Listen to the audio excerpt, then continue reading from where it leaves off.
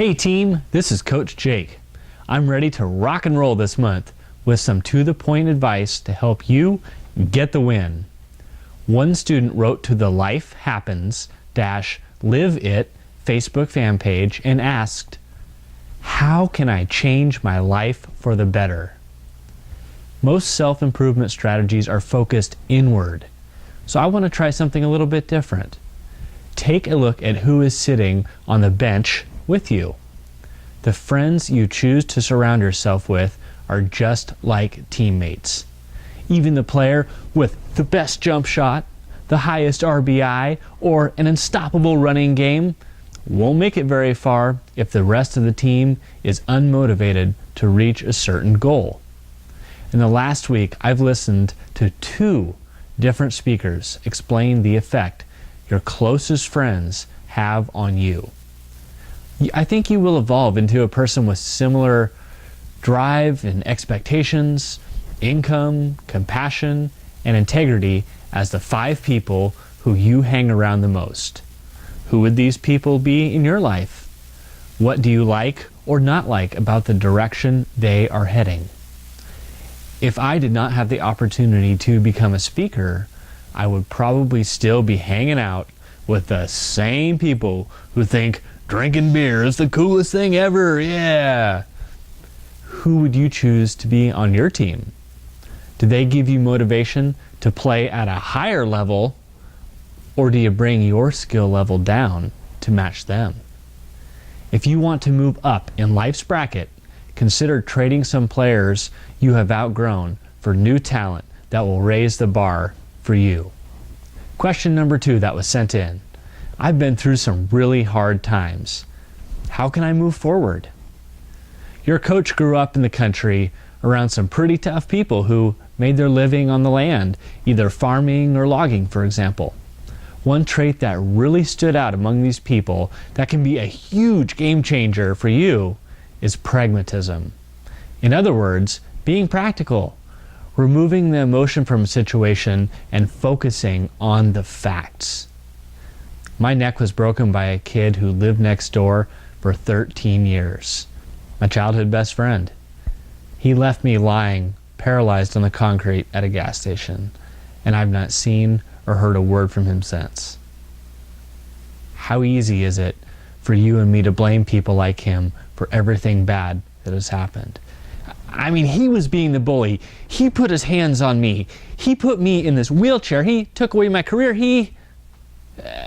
At what point do we stop trying to blame others for how we feel inside?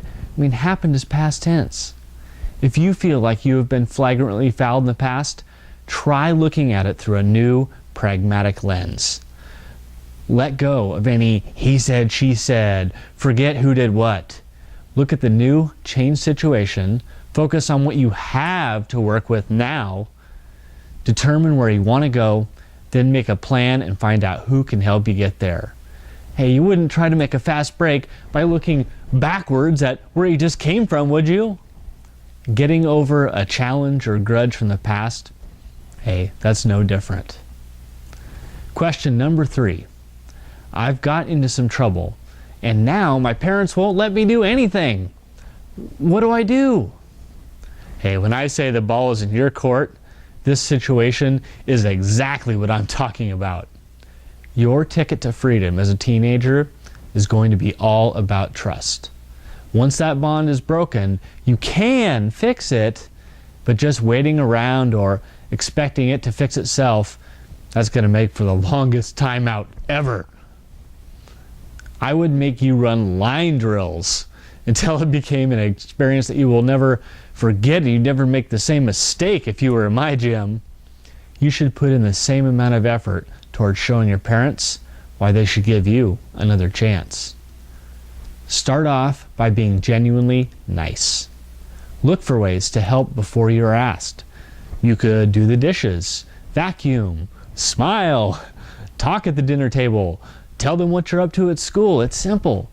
If you're thinking, well, come on now, they will know I am trying to make up for getting in trouble. You're right, they will. They will know that you're trying to butter them up. This is a good thing.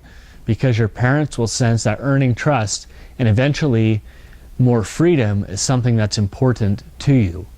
Remember why they aren't letting you call the plays.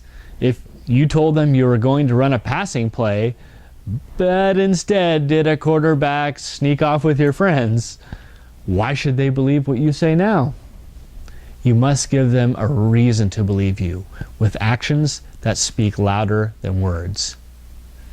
When you're hanging out with friends and you have to make that tough decision, do I risk getting made fun of for saying no, or go ahead and do that thing that could get me into trouble? When those situations come up, use this test to make the choice. Ask yourself, if anyone found out, would it be embarrassing, or would I have to make any excuses? If there is a yes to either question, then your answer is plain and simple. Don't do it! The best way to be able to have fun and not be tied down is to never break that confidence your parents place in you. But if that has happened, you can recover, but get ready to do some running. That wraps up our coaching session, and I want to thank you for showing up to practice this week, team. I would be happy to tackle your questions in future videos, so keep sending them in to the Life Happens Live It Facebook page. Play fair, play hard, and remember, you're all on the same team.